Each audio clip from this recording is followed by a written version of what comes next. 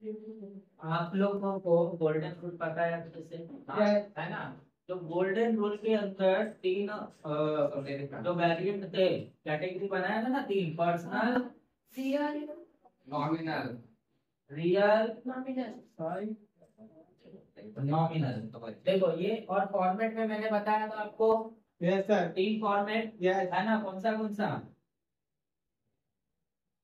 Trading account, profit and loss, profit and loss account, balance balance sheet. ये तीन बताया था मैंने। ध्यान देना, आपके बुक में या फिर आप जहाँ पे भी देखोगे, चाहे वो 11th या 12th में भी हो सकता है। देखो ये दोनों जो है हो सकता है कंबाइंड है। कंबाइंड का मतलब एक के अंदर ही दोनों दे देगा। हो सकता है आप इसे अलग भी बना सकते, अलग भी बनाओगे तो भी करेक्ट है, कंबाइन बनाओगे तो भी करेक्ट है, कोई टेंशन नहीं है। क्लियर है इतना? तो याद रखो, अब समझना, ट्रेडिंग अकाउंट और प्रॉफिट एंड लॉस अकाउंट में जो भी आपके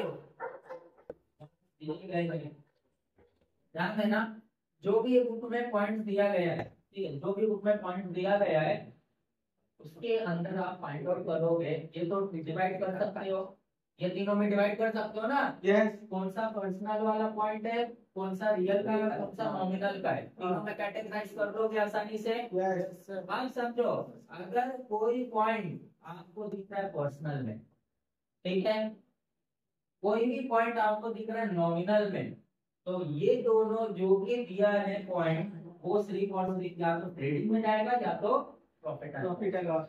इतनी ही बातें समझा।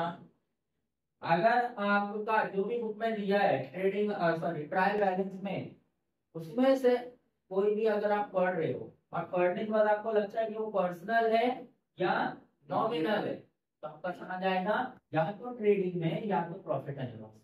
और ट्रेडिंग में कब जाएगा? जब वो फैक्ट्री से रिलेटेड होगा। अगर वो पॉइंट फैक्ट्री से रिलेटेड है तो सीधा उठा के ट्रेडिंग में डाल देना, और अगर प्रॉफिट एंड लॉस से रिलेटेड है, मतलब ऑफिसर से रिलेटेड है, तो उठा के प्रॉफिट एंड लॉस में डाल देना। क्लियर हुआ इतना? बातें समझा? और अगर कोई पॉइंट रियल अकाउंट से रिलेटेड है, समझ में आ रहा है, रियल अकाउंट से, तो बैलेंस शीट, रियल अकाउंट का कहाँ जाएगा? बैलेंस शीट में। और पर्सनल और नॉमिनल का कहाँ जाएगा?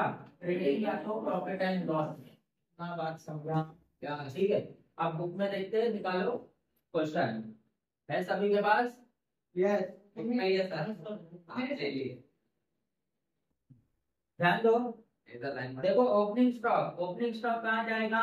ओपनिंग स्टॉक का मतलब आपको पता है क्या होता है? अरे बताया था, नहीं बताया था? ओपनिंग स्टॉक का मतलब बताया था। ओपनिंग स्टॉक का मतलब क्या होता है?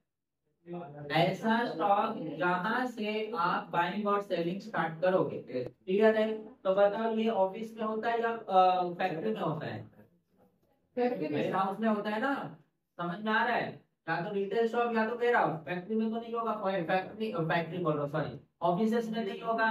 ऑफिस में सिर्फ डॉक्यूमेंटेशन से रिलेटेड और डिसीजन से रिलेटेड काम होता है। क्लियर है? बाइंग सेलिंग कहाँ होगा? तो ओपनिंग स्टॉक कहाँ आएगा? फैक्ट्री से रिलेटेड कौन सा अकाउंट है? ट्रेडिंग अकाउंट है। क्लियर है ना? समझा? ओपनिंग स्टॉक कहाँ आने वाला है?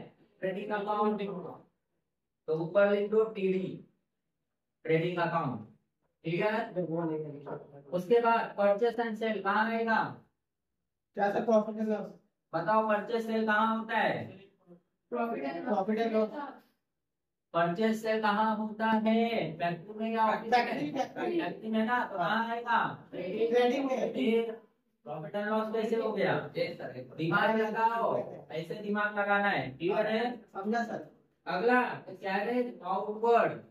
देखो, कैरेज आउटवर्ड का मतलब क्या होता है? आउटवर्ड इन द सेंस क्या होगा?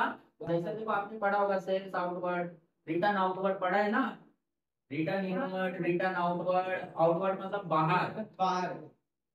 इनवर्ड मतलब अंदर। देखो, कोई सामान अगर मैं अंदर से बाहर भेज रहा हूँ, इसका मतलब सेल है।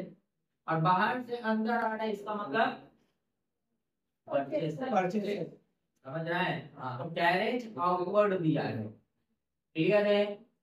अब समझो कैरेज आउटवर्ड है आपका ट्रैवलिंग एक्सपेंसेस, ठीक है, लिखो वहां पे। कैरेज का मतलब होता है ट्रैवलिंग एक्सपेंसेस।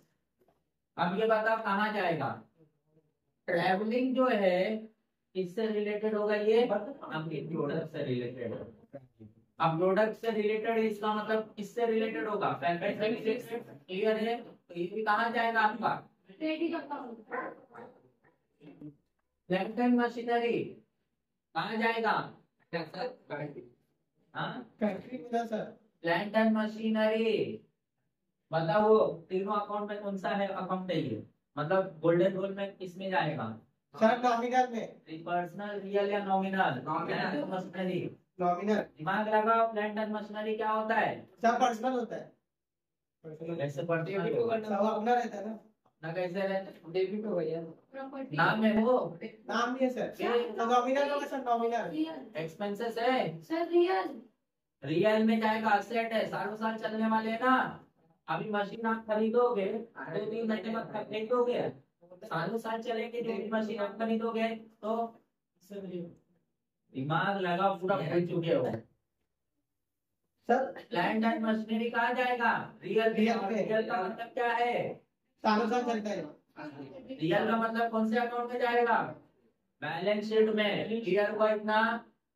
रियल का मतलब डायरेक्ट बैलेंस शीट में डालना है, बातें समझा, बोलो नहीं।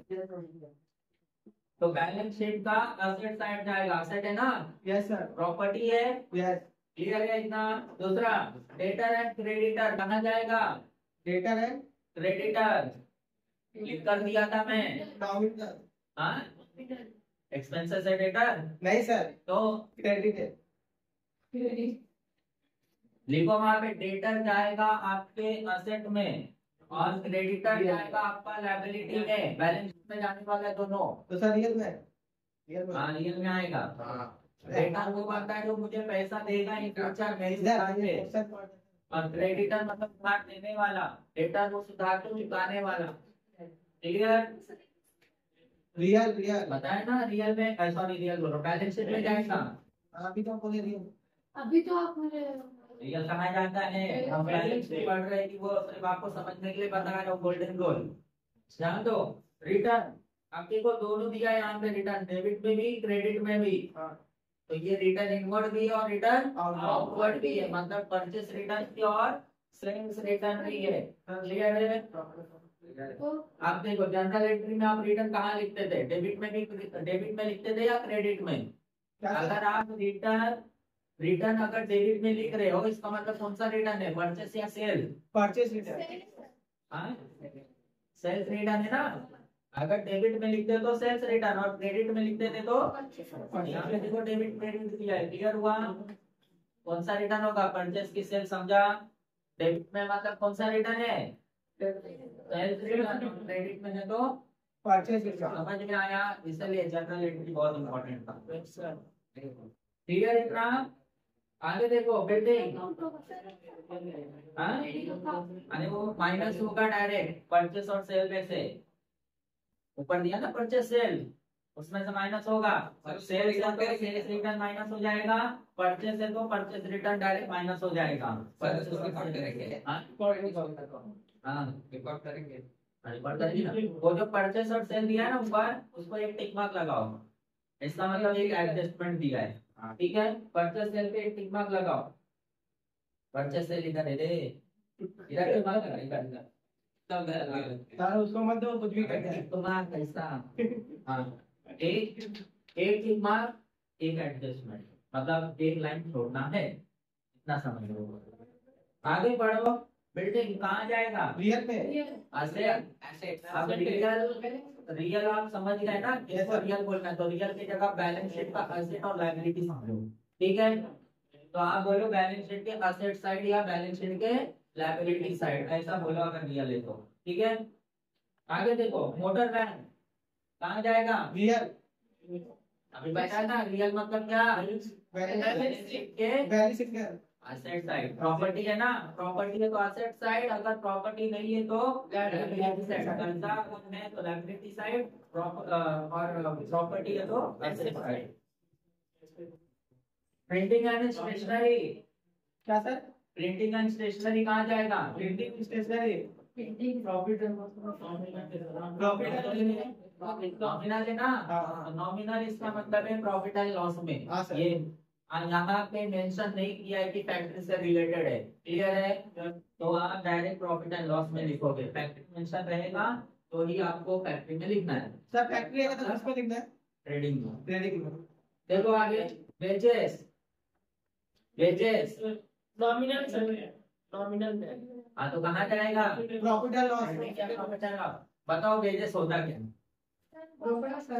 हाँ जो डेली मिलता है, सर एक दिन का डेली मिलता है ना। आप बताओ ऑफिस में डेली डेली मिलता है पैसे, वेजेस किसको मिलता है? वर्कर्स को मिलता है।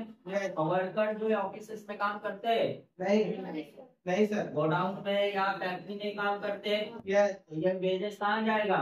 गोडाउन में। बनाता हूँ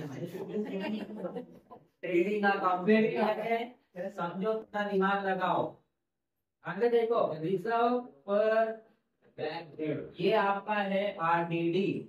कल बताया था आरडीडी के बारे में, कौन सा आरडीडी है? न्यू या ओल्ड? क्या सर क्वेश्चन क्या है? लाल लाइट। रिजर्व पर बैंक डेट, ये आपका आरडीडी। सर पहले अब बताओ, कल मैंने बताया था आरडीडी के बारे में सर, अभी कौन सा आरडीडी है बताओ? ओल्ड है कि न्यू है? सर न्यू है। न्यू है। आरडीडी है, मैंने क्या बोला था? अगर डब्बे के अंदर दिया है तो ओल्ड होगा हमेशा, और एडजस्टमेंट में दिया है तो न्यू रहेगा। मैंने क्या कहा था याद नहीं है? तो ये ओल्ड है, ओल्ड है मतलब कहाँ जाएगा? Gold account. ये जाएगा कहाँ? प्रॉफिट एंड लॉस में, क्लियर है?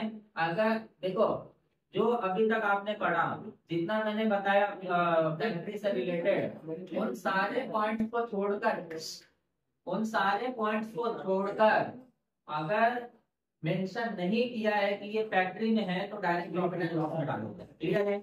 समझो अगर ऑप्शन आपको मिलता है एक, अगर आपको ऑप्शन मिलता है कि ये फैक्ट्री में भी आ सकता है और ऑफिस में भी आ सकता है, तो ऑप्शन में हमेशा ऑफिस वाला जीतेगा।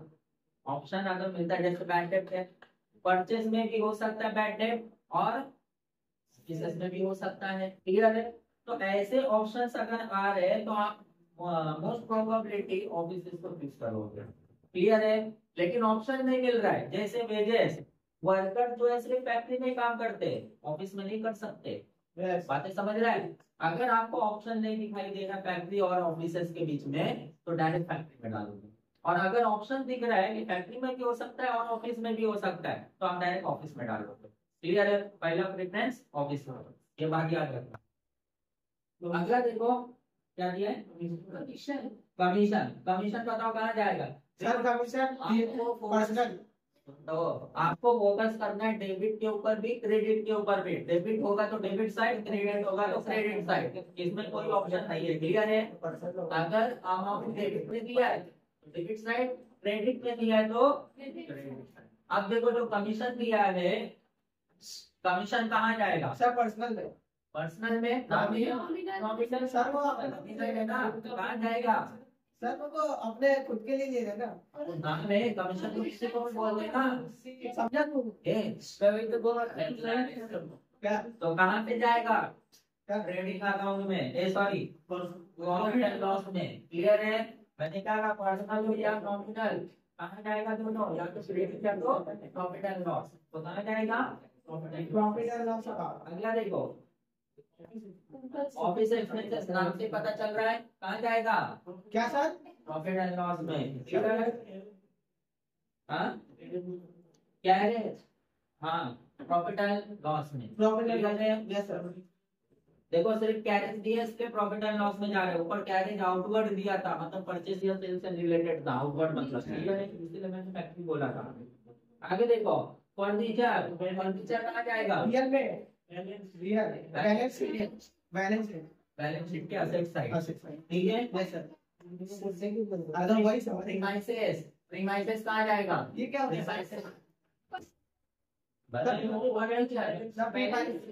सर प्रीमाइसेस मतलब बता रहा हूँ।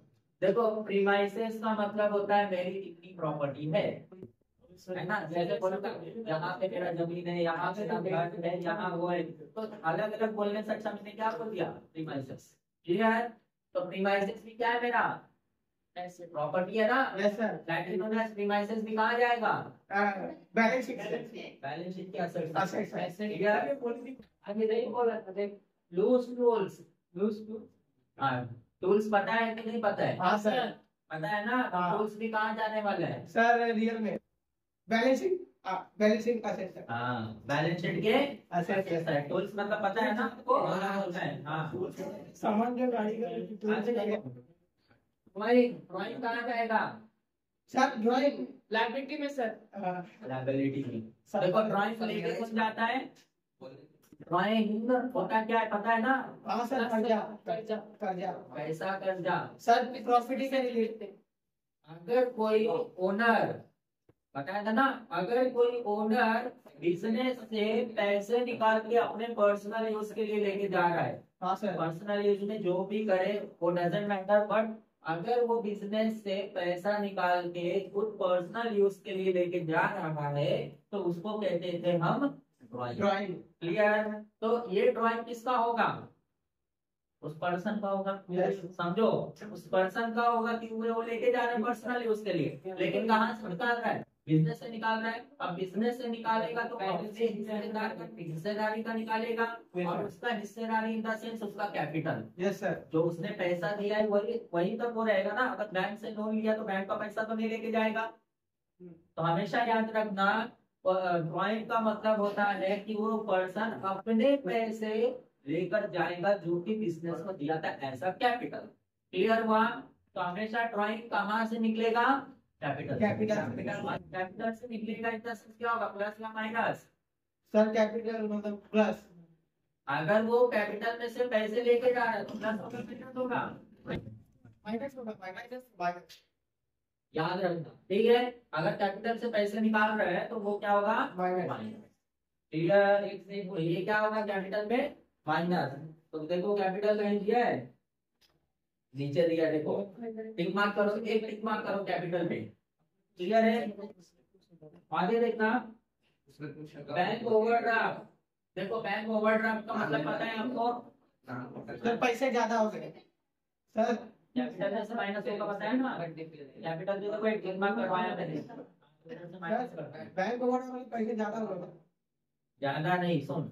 बैंक ओवरड्राफ्ट का मतलब होता है जब भी आप बैंक से उधारी लेते हो कम समय के लिए। जैसे आपके पास क्रेडिट कार्ड है, अब क्रेडिट कार्ड से आपने कुछ परचेज कर लिया, मान के चलो आपने एक मोबाइल परचेज किया 20,000 का। हाँ सर। समझ रहे हैं? अगर आपने क्रेडिट कार्ड से परचेज किया, इनका सिर्फ आपके पास पैसे थे नहीं, आपने पे किया नहीं, पे किसने किया होगा? बैंक ने। अब आप जो है इन फ्यूचर, नियरेस्ट फ्यूचर में वो पैसे रिटर्न करोगे बैंक को। तो देखो परचेज आज किया, आप मान के चलो 2 महीने बाद रिटर्न कर रहे हो, तो 2 महीने तक तो क्रेडिट था। तो वो 2 महीने के जो समय, मतलब 2 महीने का जो समय था, उस समय को बैंक एज आपके नाम पे ओवरड्राफ्ट लिखेगा। क्लियर है हुआ? That is known as bank overdraft. Clear? Overdraft का मतलब, तो याद रखना। अब बैंक ओवरड्राफ्ट बताओ, आपको पैसे देने हैं। हाँ सर। समझ रहे हैं? तो बताओ ये कहाँ जाएगा? पर्सनल आपका खर्चा है ये? खर्चा है। हाँ सर है। आपने खरीदा था, हाँ। वो खर्चा था, लेकिन खर्चा आपने किया नहीं। इन नियरेस्ट फ्यूचर आप उसको रीपे करोगे। क्लियर है? खर्चा है ऐसा नहीं है, लेकिन रीपे करोगे। लेकिन ये आपका कहलाएगा कर्जा। खर्चा और कर्जे में डिफरेंस होता है। क्लियर है? तो ये आपका है एक टाइप का कर्जा, ना कि खर्चा। खर्चा का मतलब होता है 2 चीजों का एक्सचेंज होना। बैंक को आप रीपे कर रहे हैं, उसके बदले में कुछ मिल नहीं रहा है। क्लियर हुआ? आपको मिल चुका है। बातें समझ में आ रही है कि नहीं? तो कर्जा और खर्चा में डिफरेंस है। तो ये कर्जा है ना कि खर्चा है। क्लियर? तो ये आएगा नॉमिनल में, सॉरी ये आएगा रियल में, जो कि जाएगा आपके बैलेंस के लेफ्ट साइड। एसेट नहीं है ना, प्रॉपर्टी थोड़ी है ये। हाँ सर। तो कहाँ जाएगा? लाइबिलिटी। लायबिलिटी। समझ में आया? थोड़े पॉइंट्स को समझोगे तो अपने आप आंसर निकल आ जाएगा। आगे देखो, cash in hand. Cash in hand का मतलब पैसे हाथ में। मैंने क्या कहा था, अगर कैश से रिलेटेड है तो बिना सोचे समझे कहाँ जाता है? बैलेंस शीट के बैलेंस शीट के एसेट एसेट्स है। क्लियर। उसके बाद डिविडेंड। क्या सर? हाँ, डिविडेंड का मैंने कहा था, dividend is nothing but interest. Clear है? इंटरेस्ट और डिविडेंड में क्या डिफरेंस होता है मैं बाद में बताता हूँ। ठीक है, अभी आप सबके पता समझो, डिविडेंड का मतलब इंटरेस्ट। अब इंटरेस्ट बताओ, या तो इनकम होगा या तो एक्सपेंसेस होगा। यस। डेबिट में दिया है तो एक्सपेंसेस है, क्रेडिट में दिया है तो इनकम है। प्रॉफिट एंड लॉस में यही बताया था ना। हाँ सर। तो याद रखना, तो ये जाएगा आपके प्रॉफिट एंड लॉस। क्लियर है? प्रॉफिट एंड लॉस समझना है? नहीं समझ रहे? समझा सर। बोला था देख समझा सर। ध्यान दो। आगे देखो, कैपिटल समझ में आया? कहाँ चलेगा? क्या सर? कैपिटल कहाँ जाएगा? सर कैपिटल रियल में जाएगा। रियल में जाएगा। अबे रियल है, बैलेंस शीट बना। रियल का मतलब balance sheet. Balance sheet asset. Real बोलना बंद कर, अभी balance sheet sir balance sheet assets है। एसेट में जाएगा, प्रॉपर्टी है, कैपिटल पे जाएगा। अगर तो बोला करते फिर क्या है? Liability। बिजनेस के लिए एक टाइप का कर्जा है। समझ सर रहे हैं? कैपिटल पैसा ना। मैंने कैपिटल का क्या बोला था कि बिजनेस में जब जनरल एंट्री पढ़ रहे थे उस समय क्या बोला था कि कैपिटल आप देते हो बिजनेस को, लेकिन बिजनेस की जिम्मेदारी ये होता है कि इन फ्यूचर रिटर्न करे उस पैसे को। आप अपना एग्जांपल तो बोला था ना कि अगर आप बिजनेस में इन्वेस्ट करते हो तो आप खुद डायलॉग बोलते हो कि मुझे 1 साल 2 साल में इतना पैसा वसूल करना है। वसूल करने का मतलब क्या? बिजनेस रिटर्न हो गया। यस। आप बिजनेस के हिसाब से पढ़ रहे हो, yes. That is known as asset. कैसे बन जाएगा? हाँ। तो इसीलिए क्या है, बिजनेस के लिए एक टाइप का कर्जा है, जिम्मेदारी है, दैट इज नोन एज जाएगा लायबिलिटी साइड। आते समझा? Yes sir. तो ये कहाँ जाएगा? Liability side. आगे देखो, सैलरी कहाँ जाएगा? सर क्या सर रियल में। हाँ, रियल में। रियल में जाएगा। सर वो बैलेंस शीट के कहाँ जाएगा? क्या सर? एसेट्स है। क्या प्रॉफिट एंड लॉस में जाएगा? सैलरी क्या है? सर कैश है सर। इनकम है। सर वो कैश है ना देखिए। इसको कैश और सैलरी में हाँ difference sir. Salary sir salary क्या है? अगर किसी को तू दे रहा है तो ट्रांजेक्शन क्या कहलाएगा? एक्सपेंसेस कहलाएगा ना। हाँ। तो अगर मेरे पास पैसे पड़े हुए हैं तब असेट कहलाएगा। पैसा पड़ा थोड़ी है, मैं दे रहा हूँ। ऐसा सोचेगा क्या आ रहा है, क्या आ रहा है तो सबको असेट में डालेंगे। सर समझ गया है तो सैलरी क्या है आपका? प्रॉफिट एंड लॉस है, एक्सपेंसेस है, दैट्स व्हाई ये आएगा आपके प्रॉफिट एंड लॉस। इसमें फर्क है, याद रखना। डेबिट या क्रेडिट, डेबिट में है तो एक्सपेंसेस, क्रेडिट में है तो इनकम। याद रखना। Bills receivable and bills payable. देखो कल मैंने लिखाया था बिल्स रिसीवेबल और बिल्स पेबल का। Yes sir. फॉर्मेट जब बनाया था, फॉर्मेट में लिखाया था। तो ये जाएगा कहाँ आपके?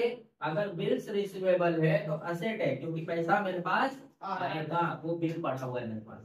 क्लियर है? और बिल्स पेबल है मतलब पैसा जाएगा लेकिन अभी मैंने दिया नहीं है। जब जाएगा तो एक्सपेंसेस हो जाएगा, बट अभी तक मैंने दिया नहीं है, तब तक के लिए मेरे पास वो या तो लायबिलिटी होगा या तो असेट। तो पेबल है तो लायबिलिटी और आने वाला है तो असेट। क्लियर है? तो बिल्स पेबल को आप डालोगे लायबिलिटी में और बिल्स पेबल रिसीवेबल को डालोगे आप असेट में। क्लियर है? अगर ना समझ में आए तो डेबिट क्रेडिट देख लेना। मैंने बताया था ना, असेट को आप डेबिट मानोगे और लायबिलिटी को आप क्रेडिट। ठीक है? तो बैलेंस शीट लिख रहे हो तो अमाउंट को देखो, देखो कहाँ दिया है, डेबिट में दिया है या क्रेडिट में दिया है।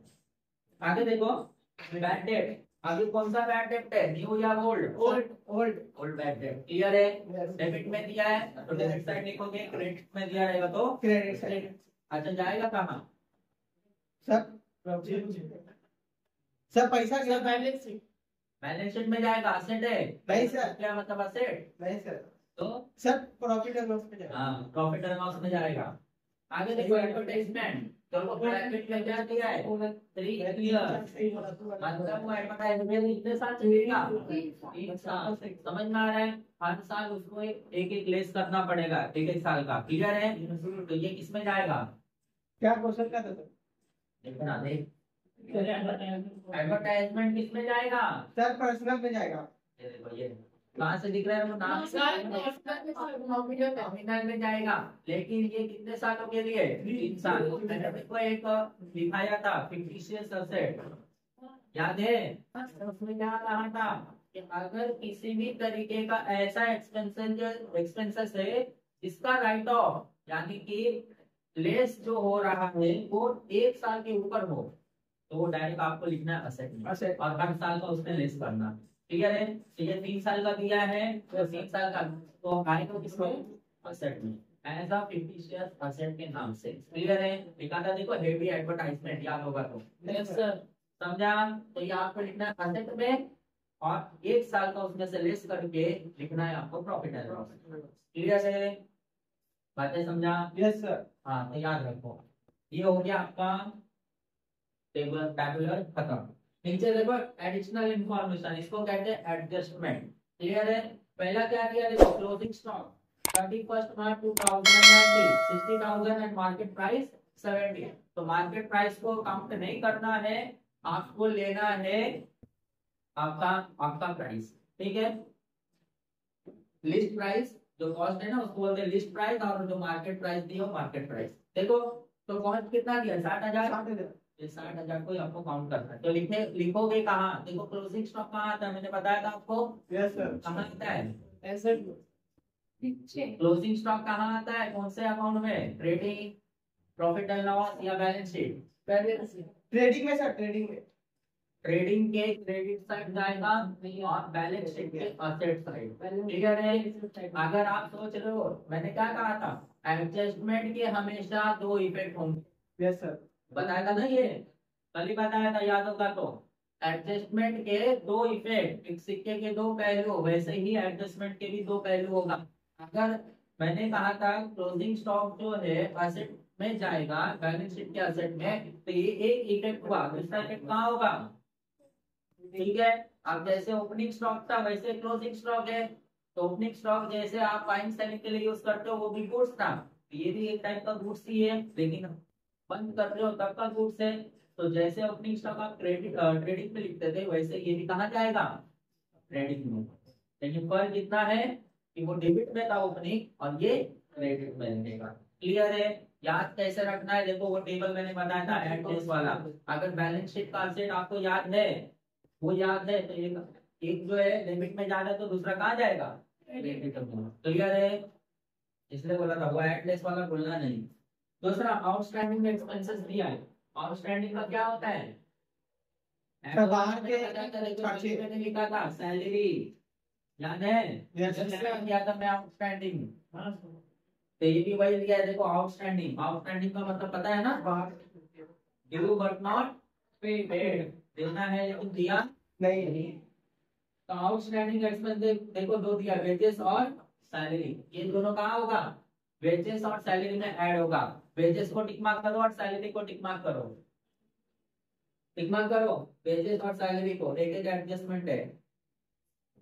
देखो वेजेस कहाँ है? ऊपर है वेजेस, और सैलरी देखो नीचे है। ठीक है? दोनों को टिक मार्क करो। इसका मतलब क्या है? एक एक एडजस्टमेंट का मतलब एक लाइन छोड़ना है।